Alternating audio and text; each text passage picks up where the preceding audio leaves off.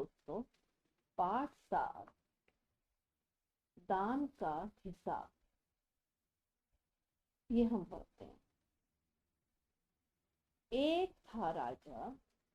राजा जी लकदक कपड़े पहनकर यूं तो हजारों रुपए खर्च कर देते थे। लकदक में चमकीले, जो राजा हैं वो चमकीले कपड़े पहनकर यूं तो हजारों रुपए खर्च कर देते थे, पर दान के वक़्त उनकी मुट्ठी बंद हो जाती थी। मुट्ठी बंद होना मतलब कंजूसी दिखाना। जब दान की बारी आती थी तो उनको बहुत कंजूसी दिखाते थे। राजसभा में एक से एक नामी लोग आते रहते थे। राजसभा क्या होती है? राजा का दरबार। राजा के दरबार में एक से नामी लोग आते रहते थे, लेकिन गरीब, दुखी, विद्वान, नामी मतलब होता है प्रसिद्ध। राजसभा होता है, राजे के दरबार में प्रसिद्ध लोग आते रहते थे, लेकिन गरीब, दुखी, विद्वान, अब गरीब, दुखी, विद्वान का मतलब होता है जो शिक्षित व्यक्ति होते हैं, सज्जन का मतलब होता है भला आदमी, इनमें से कोई भी नहीं आता था, क्योंकि वहां पर इनका बिल्कुल सत्कार नहीं होता था। सत्कार का मतलब है इनका आदर नहीं होता था। एक बार उस देश में अकाल पड़ गया। अकाल पड़ने का मतलब है भूखमरी हो गई। पूर्वी सीमा के लोग भूखे प्यासे मरने लगे। पूर्वी सीमा का मतलब ये है कि पूर्व की तरफ की जो दशा है, दिशा है, ये पूर्वी सीमा के लोग भूखे प्यासे मरने लगे। राजा के पास खबर आई। वे बोले, यह तो भगवान की मार है, इसमें मेरा कोई हाथ नहीं है। लोगों ने कहा, महाराज, राज भंडार मतलब राजा को जो खजाना है ना, से हमारी सहायता करने की कृपा कर। लोगों ने क्या कहा? महाराज, राज भंडार यानी कि जो आपका राजा का खजाना है ना, उससे हमारी मदद की जाए, जिससे हम लोग दूसरे देशों से अनाज खरीद कर अपनी जान बचा सके। राजा ने कहा, आज तुम लोग अकाल से पीड़ित हो। राजा क्या कहता है?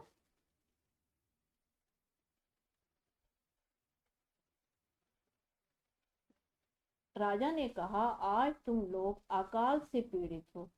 कल पता चलेगा कहीं भूकंप आया है। परसों सुनूंगा कहीं के लोग बड़े गरीब हैं, 2 वक्त की रोटी नहीं जुटती। 2 वक्त की रोटी का मतलब है 2 समय का भोजन। इस तरह सभी की सहायता करते करते जब राज भंडार राजा का जो खजाना है ना, वो कह रहा है कि वो खत्म ही हो जाएगा, तब खुद मैं भी दिवालिया हो जाऊंगा। दिवालिया का मतलब है ऋण चुकाने में असमर्थ हो जाऊंगा। दिवालिया का मीन्स ऋण चुकाने में असमर्थ हो जाऊंगा। यह सुनकर सभी निराश होकर, रोटी नहीं जुटती, इस तरह सभी की सहायता करते करते जब राज भंडार खत्म हो जाएगा, तब मैं खुद दिवालिया हो जाऊं। यह सुनकर सभी निराश होकर लौट गए। जब ऐसे लोगों ने सुना तो ये सुनकर वो सब निराश होकर चले गए।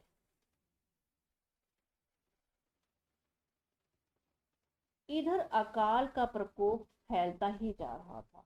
प्रकोप मतलब बड़ा हुआ कोप, ठीक है, फैलता ही जा रहा था। ना जाने रोज कितने ही लोग भूख से मरने लगे। लोग फिर राजा के पास पहुंचे। उन्होंने राजसभा में गुहार लगाई। राजसभा जो होती है ना राजा की, उसमें जाकर उन्होंने रक्षा के लिए पुकार करी। गुहार का मतलब है रक्षा के लिए उन्होंने पुकार करी। दुहाई महाराज, आपके आपसे ज्यादा कुछ नहीं चाहते, सिर्फ 10,000 रुपए हमें दे दो, दे दें तो हम आधा पेट खाकर भी जिंदा रह जाएंगे। क्या कहा उन्होंने? 10,000 रुपए दे दो ताकि हम जो है आधा पेट खाकर भी जिंदा रह जाएं। राजा ने कहा, 10,000 रुपए भी क्या तुम्हें बहुत कम लग रहे हैं? और उतने कष्ट से जीवित रहकर लाभ ही क्या है? उसने ये उत्तर दिया राजा ने। एक व्यक्ति ने कहा, भगवान की कृपा से लाखों रुपए राजकोष में मौजूद हैं। राजकोष राजा का खजाना, मौजूद मतलब उपस्थित है इतने सारे नोट, जैसे धन का सागर हो। धन का सागर मतलब बहुत अधिक पैसा होना। उससे एक आध लोटा लेने से महाराज का क्या नुकसान हो जाएगा? इतना खर्च करने से महाराज का क्या नुकसान हो जाएगा? राजा ने कहा, राजकोष में अधिक धन है, तो क्या उसे दोनों हाथों से लौटा दूं? एक अन्य व्यक्ति ने कहा, महल में प्रतिदिन हजारों रुपए इस सुगंधित वस्त्रों, मनोरंजन और महल की सजावट में खर्च होते हैं। एक व्यक्ति ने क्या कहा, महल में रोज, प्रतिदिन मतलब रोज, हजारों रुपए सुगंधित खुशबूदार कपड़ों, मनोरंजन, महल की सजावट में खर्च होते हैं। यदि इन रुपयों में से थोड़ा सा धन जरूरतमंद को दे दिया जाए तो उन दुखियों की जान बच जाएगी। यह सुनकर राजा को क्रोध आ गया। क्रोध मतलब गुस्सा आ गया। खुद भिखारी होकर मुझे उपदेश दे रहे हो? तो उसने गुस्से में क्या कहा, खुद भिखारी हो और मुझे शिक्षा की बात बता रहे हो, उपदेश दे रहे हो? मेरा रुपया है, मैं चाहे उससे उबाल कर खाऊं चाहे तल कर, मेरी मर्जी। तुम अगर इसी तरह बकवास करोगे तो मुश्किल में पड़ जाओगे, इसीलिए इस वक्त तुम चुपचाप ही खिसक जाओ। उसने क्या कहा, इस वक्त तो तुम चुपचाप ही खिसक जाओ। हाँ भाई, इतना दुखी होकर तुम यहाँ से खिसक जाओ।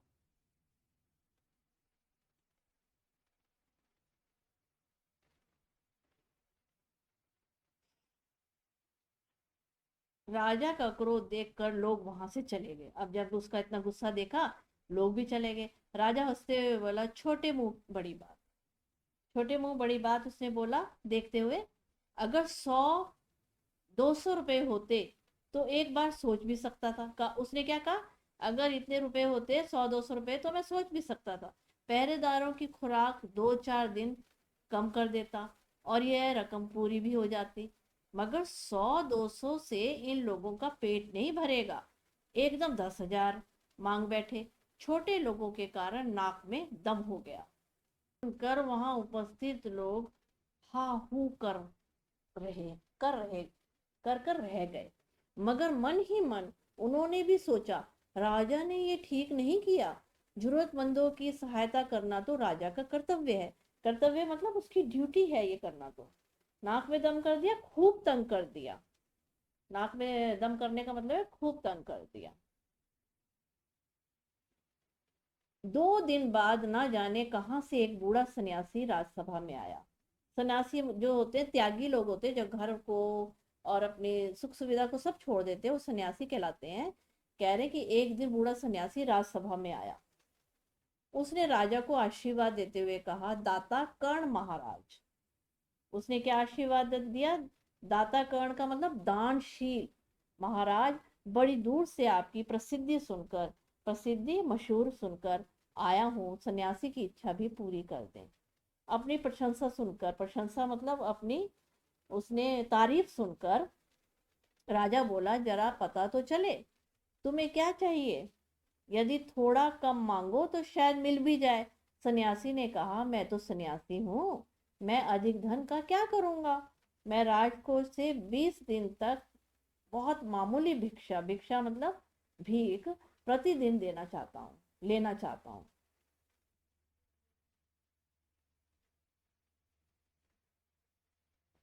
मेरा भिक्षा लेने का नियम इस प्रकार है, मैं पहले दिन जो लेता हूँ, दूसरे दिन उसका दुगना, फिर तीसरे दिन उसका दुगना, फिर चौथे दिन तीसरे दिन का दुगना। इस तरह से प्रतिदिन दुगना लेता जाता हूँ। भिक्षा लेने का मेरा यही तरीका है।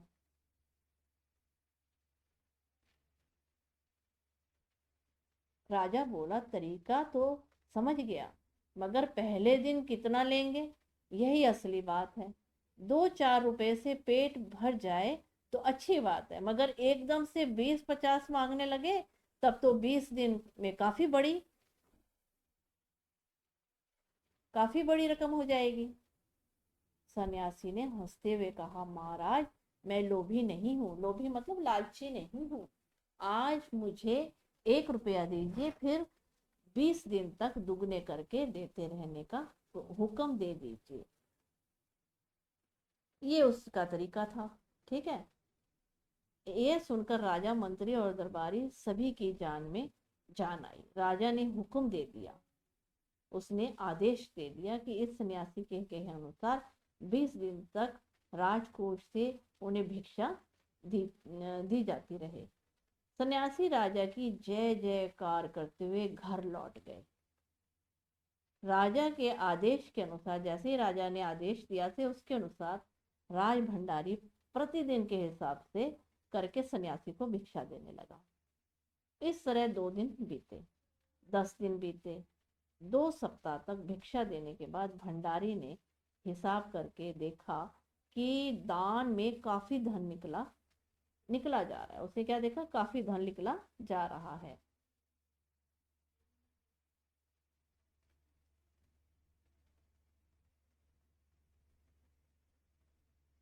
यह देखकर उन्हें उलझन महसूस हो गई। महाराज तो कभी किसी को इतना दान नहीं देते थे। उसने यह बात मंत्री को बताई। मंत्री ने कुछ सोचते हुए कहा, वाकई वास्तव में ये बात तो पहले ध्यान में ही नहीं आई थी, मगर अब कोई उपाय भी नहीं है। महाराज का हुक्म बदला नहीं जा सकता। इसके बाद फिर कुछ दिन बीते। भंडारी फिर हड़बड़ाता हुआ मंत्री के पास पूरा हिसाब लेकर आ गया। हिसाब देखकर मंत्री का चेहरा फीका पड़ गया। अब उसने क्या देखा, उसका चेहरा फीका पड़ गया, बहुत अधिक घबरा गया। वह अपना पसीना पोंछकर, सिर खुजलाकर, दाढ़ी में हाथ फेरते हुए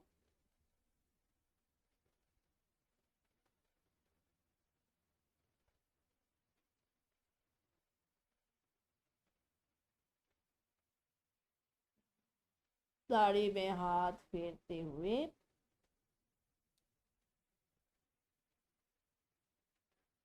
उसने मंत्री से बताया। मंत्री ने कुछ सोचने हुए कहा, वाकई ये बात तो पहले ध्यान में नहीं आई, मगर अब इसका कोई उपाय नहीं है। महाराज जो ये बदलेगा ही नहीं अपना जो उसने दे दिया है। ठीक है।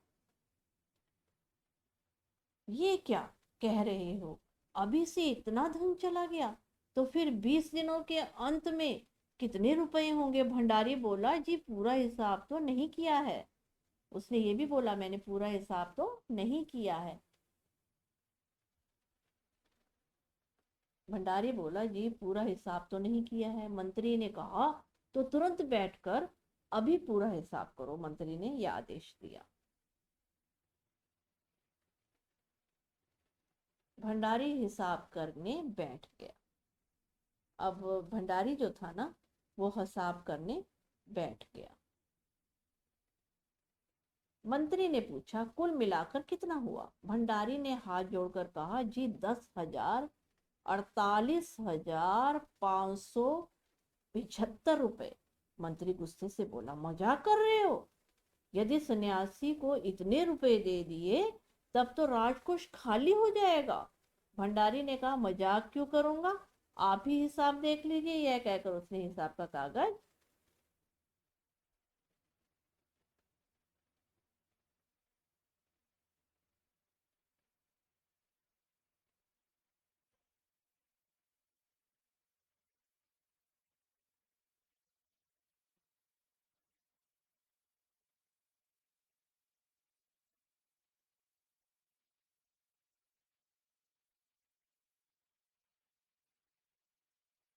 मगर अब पता चला कि उन्होंने इस तरह राजकोष से करीब 10 लाख रुपए झटकने का उपाय कर लिया है। राजा ने गुस्से से कहा, मैंने इतने रुपए देने का आदेश तो नहीं दिया था, फिर इतने रुपए क्यों दिए जा रहे हैं?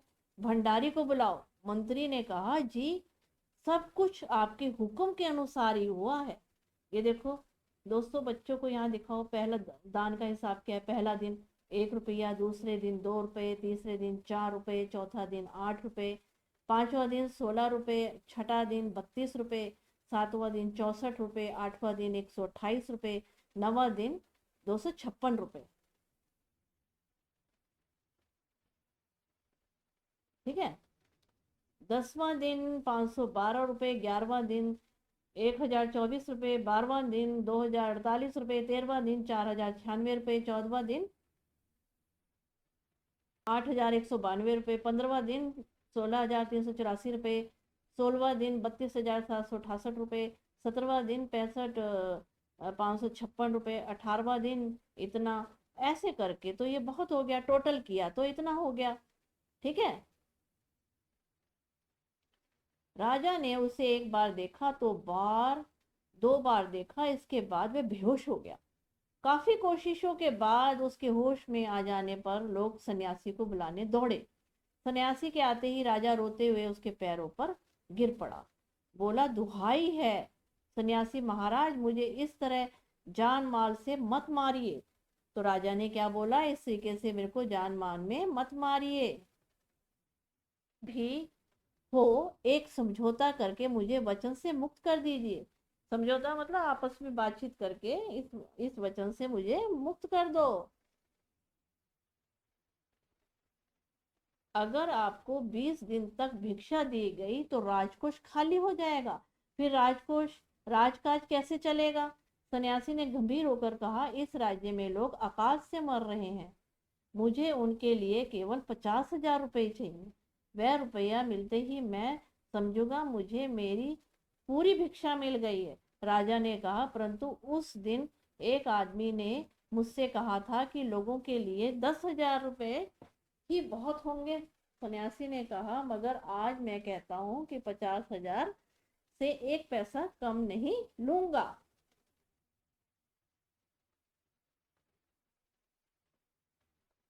राजा गिड़गिड़ाया, मंत्री गिड़गिड़ाए, सभी गिड़गिड़ाए। गिड़गिड़ाए मतलब परेशान होके गिड़गिड़ाए, मगर सन्यासी अपने वचन पर डटा रहा। आखिरकार लाचार होकर राजकोष से 50,000 रुपये सन्यासी को देने के बाद ही राजा की जान बची। पूरे देश में खबर फैल गई कि अकाल के कारण राजकोष से 50,000 रुपये राहत में दिए गए हैं। सभी ने कहा, हमारे महाराज कर्ण जैसे ही दानी हैं। इससे अभ्यास प्रश्न की तरफ चलें। क राजा किसी को भी दान क्यों नहीं देना चाहता था। इसका उत्तर है दोस्तों, राजा बहुत कंजूस था, उसे अपने राजकोष के खाली होने का भी डर था, इसीलिए वह किसी को दान नहीं देना चाहता था। ख राज दरबार के लोग मन ही मन राजा को बुरा कहते थे, लेकिन राजा का विरोध क्यों नहीं कर पाते थे। इसका में सज्जन और विद्वान लोग क्यों नहीं जाते थे। इसका उत्तर है, राजसभा में सज्जन और विद्वान लोग इसलिए नहीं जाना चाहते थे क्योंकि उनका आदर सत्कार नहीं किया जाता। सन्यासी ने सीधे सीधे शब्दों में भिक्षा क्यों नहीं मांग ली। अब इसका उत्तर हम देंगे कि सीधे सीधे क्यों नहीं मांग ली। सन्यासी के मालूम था कि राजा किसी भी हालत में बड़ी रकम देने को तैयार नहीं होगा, इसलिए उसने रकम अलग तरीके से मांगी ताकि राजा को रकम कम लगे और राजा हाँ कर दे। अगला, राजा को सन्यासी के आगे गिड़गिड़ाने की जरूरत क्यों पड़ी। राजा ने सन्यासी को अनजाने में रकम देने का हुक्म दे दिया था। जब बड़ी राजभंडारी ने हिसाब लगाकर राजा को बताया, तब राजा ने सोचा राजकोष तो खाली हो जाएगा। अपनी इज्जत बचाने के लिए सन्यासी के आगे गिड़गिड़ाने लगा।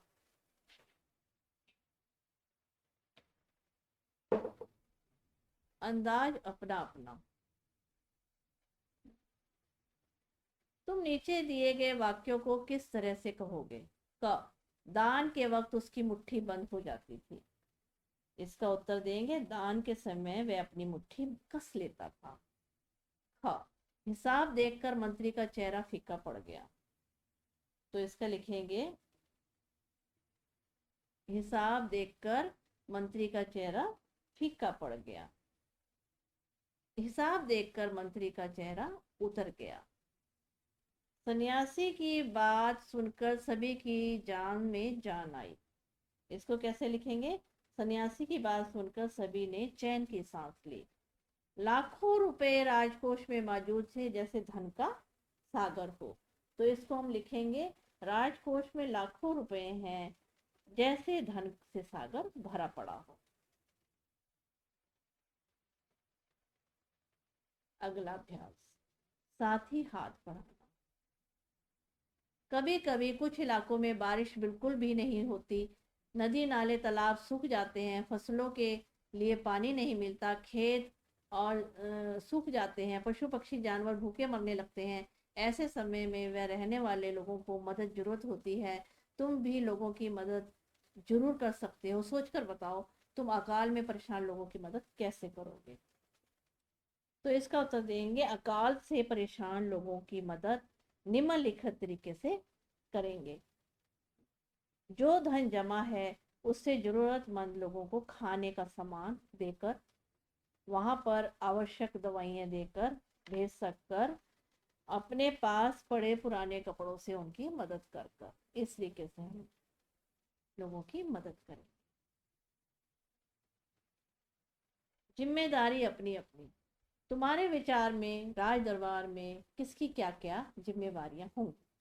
मंत्री और भंडारी, तो इनकी जिम्मेवारी हम बताएंगे क्या क्या होगी। मंत्री, राज्य को सही तरीके से चलाने के लिए मंत्री की आवश्यकता होती है, वह राजा का सलाहकार भी होता है। भंडारी, ख, राजकोष का हिसाब किताब देखता है, राजकोष से लेन देन के लिए वह राजा के हुक्म का भी पालन करता है। कर्ण जैसा दानी, सभी ने कहा हमारे महाराज कर्ण जैसे दानी हैं, पता करो कि कर्ण कौन थे। का उत्तर देंगे, कर्ण कुंती व सूर्य देवता के पुत्र थे। कर्ण को सब दानवीर कर्ण के नाम से भी जानते थे। ये खा का उत्तर दिया मैंने। कर्ण को जो है दानवीर, कर्ण जैसे दानी का क्या मतलब है? तो इसका उत्तर देंगे, किसी भी मांगने वाले को खाली हाथ नहीं लौटाते थे। दान क्या होता है? किसी को अपनी इच्छा से कोई धन या वस्तु देना ही दान होता है। किन किन कारणों से लोग दान करते हैं? जरूरतमंद लोगों की सहायता करने के लिए, अपने मन की शांति के लिए, अपनी कोई इच्छा पूर्ति हो जाए उसके बाद दान करते हैं। कहानी और तुम। का, राजा राजकोष के धन का उपयोग किन किन कामों में करता था? तुम्हारे घर में, पहले इसका आंसर दे देते हैं। राजा राजकोष के धन का उपयोग किन किन कामों में करता था? तुम्हारे घर में जो पैसा आता है वह कहाँ कहाँ खर्च होता है, पता करके लिखो। उत्तर देंगे, राजा हजारों रुपए वस्त्रों, मनोरंजन व महल की सजावट पर खर्च करता है। हमारे घर में क्या खर्च होता है? बच्चों की स्कूल की फीस, ट्यूशन की फीस, राशन, बिजली, पानी, टेलीफोन, इंटरनेट आदि का बिल और दवाइयों का खर्च। ख, अकाल के समय लोग राजा से कौन कौन से काम करवाना चाहते थे? तुम अपने स्कूल या इलाके में क्या क्या काम करवाना चाहते हो? अकाल के समय लोग राजा से धन राशि चाहते थे, ताकि दूसरे देश से अनाज खरीद कर अपनी जान बचा सके। मैं स्कूल व इलाके में निम्नलिखित काम करवाना चाहती हूँ। बच्चों के लिए खुला मैदान हो, स्कूल में व घर के पास बच्चों के लिए झूलों की व्यवस्था हो। कैसा राजा? क, राजा किसी को दान देना पसंद नहीं करता था। तुम्हारे विचार से राजा सही था या गलत? इसका उत्तर व कारण भी बताओ। मेरे विचार में राजा गलत था, क्योंकि अकाल जैसी स्थिति में वह प्रजा की सहायता नहीं करना चाहता था। ख, राजा दान देने के अलावा और किन किन तरीकों से लोगों की सहायता कर सकता था? राज्य के दूसरे हिस्सों से अनाज की व्यवस्था कर सकता था। इस तरीके से वो लोगों की सहायता कर सकता था, दवाइयाँ उपलब्ध करवा सकता था। पूर्व और पूर्व, पूर्वी सीमा के लोग भूखे प्यासे मरने लगे। पूर्व शब्द के दो अर्थ हैं। पूर्व तो एक दशा है और पूर्व का मतलब पहले भी होता है। नीचे ऐसे ही कुछ और शब्द दिए गए हैं जिनके दो दो अर्थ हैं। इनका प्रयोग करते हुए दो दो वाक्य बनाओ। जैसे ये जल है, तो एक जल पानी होता है, एक होता है जल जाना।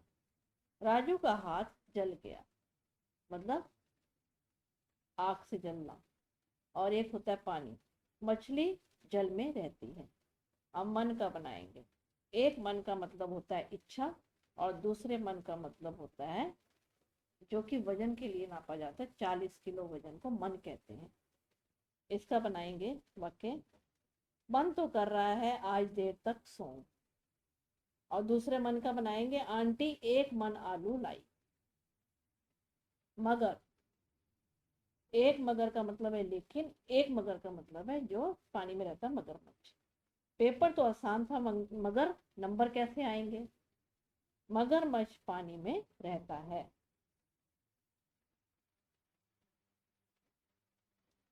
नीचे 4 दिशाओं के नाम लिखे हैं। तुम्हारे घर और स्कूल के आसपास इन दिशाओं में क्या क्या है, इस तालिका में भरना है। पूर्व दिशा लिखी है, पश्चिम लिखी है, उत्तर दिशा लिखी है और दक्षिण लिखी है। घर के पास इन दिशाओं में क्या है और स्कूल के पास इन दिशाओं में क्या है, तो यहाँ फिलअप करेंगे। पूर्व दिशा में क्या है? मंदिर। पश्चिम दिशा में क्या है? बाजार। उत्तर दिशा में क्या है? पार्क। दक्षिण दिशा में सड़क। इसी तरह स्कूल के पास लिखेंगे। पूर्व दिशा में क्या है? खेल का मैदान। यहाँ पे क्या है? पश्चिम में सड़क, उत्तर में कैंटीन, दक्षिण में किताबों की दुकान। अभ्यास करें। पहले हम शब्द देख लेते हैं। लकदक का मतलब है चमका, चमचमाते। दान, भेंट करना। मुट्ठी बंद करना, कंजूसी दिखाना। राजसभा, राजा का दरबार। नामी, प्रसिद्ध। विद्वान, शिक्षित व्यक्ति। सज्जन, भला आदमी। सत्कार, आदर सम्मान। अकाल, भुखमरी। पूर्वी, पूरब की तरफ। राज भंडार, राजा का खजाना। 2 वक्त की रोटी यानी कि 2 समय का भोजन। दिवालिया, ऋण चुकाने में असमर्थ होना। प्रकोप, बड़ा हुआ को। गुहार, रक्षा के लिए पुकार। राजकोष, राजा का खजाना। मौजूद, उपस्थित। धन का सागर यानी कि बहुत अधिक धन होना। दोनों हाथों से लुटाना, खूब खर्च करना। सुगंधित, खुशबूदार। जरूरतमंद, मोहताज।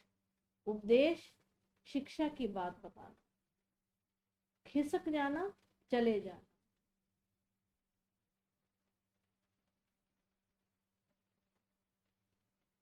उपस्थित, हाजिर। सन्यासी, त्यागी। दान कर्ण, दानशील। प्रशंसा करना मतलब तारीफ करना। भिक्षा, भीख। नियम, तरीका। लोभी, लालची। राजभंडारी यानी कि खजांची। वाकई मतलब वास्तव में। हड़बड़ाना, उतावलापन दिखाना। चेहरा फीका पड़ना, बहुत अधिक घबरा जाना। वचन पर डटे रहना, अपने निश्चय पर अड़े रहना। आओ अभ्यास प्रश्न की तरफ चले। क, राजा किसी को भी दान क्यों नहीं देना चाहता था? उत्तर देंगे, राजा बहुत कंजूस था। उसने अपने राजकोष का खाली होने का भी डर था, इसीलिए वह किसी को दान नहीं देना चाहता था। ख, राजसभा में सज्जन और विद्वान लोग क्यों नहीं जाते थे? राजसभा में सज्जन और विद्वान लोग इसलिए नहीं जाना चाहते थे क्योंकि उनका आदर सत्कार नहीं होता था। सन्यासी ने सीधे सीधे शब्दों में भिक्षा क्यों नहीं मांगी? के समय लोग राजा से धनराशि चाहते थे ताकि दूसरे देशों से अनाज खरीदकर अपनी जान बचा सके। मैं स्कूल के इलाके में निम्नलिखित तरीके से सहायता करना चाहता हूँ। बच्चों के लिए खुला मैदान हो, स्कूल में घर के पास।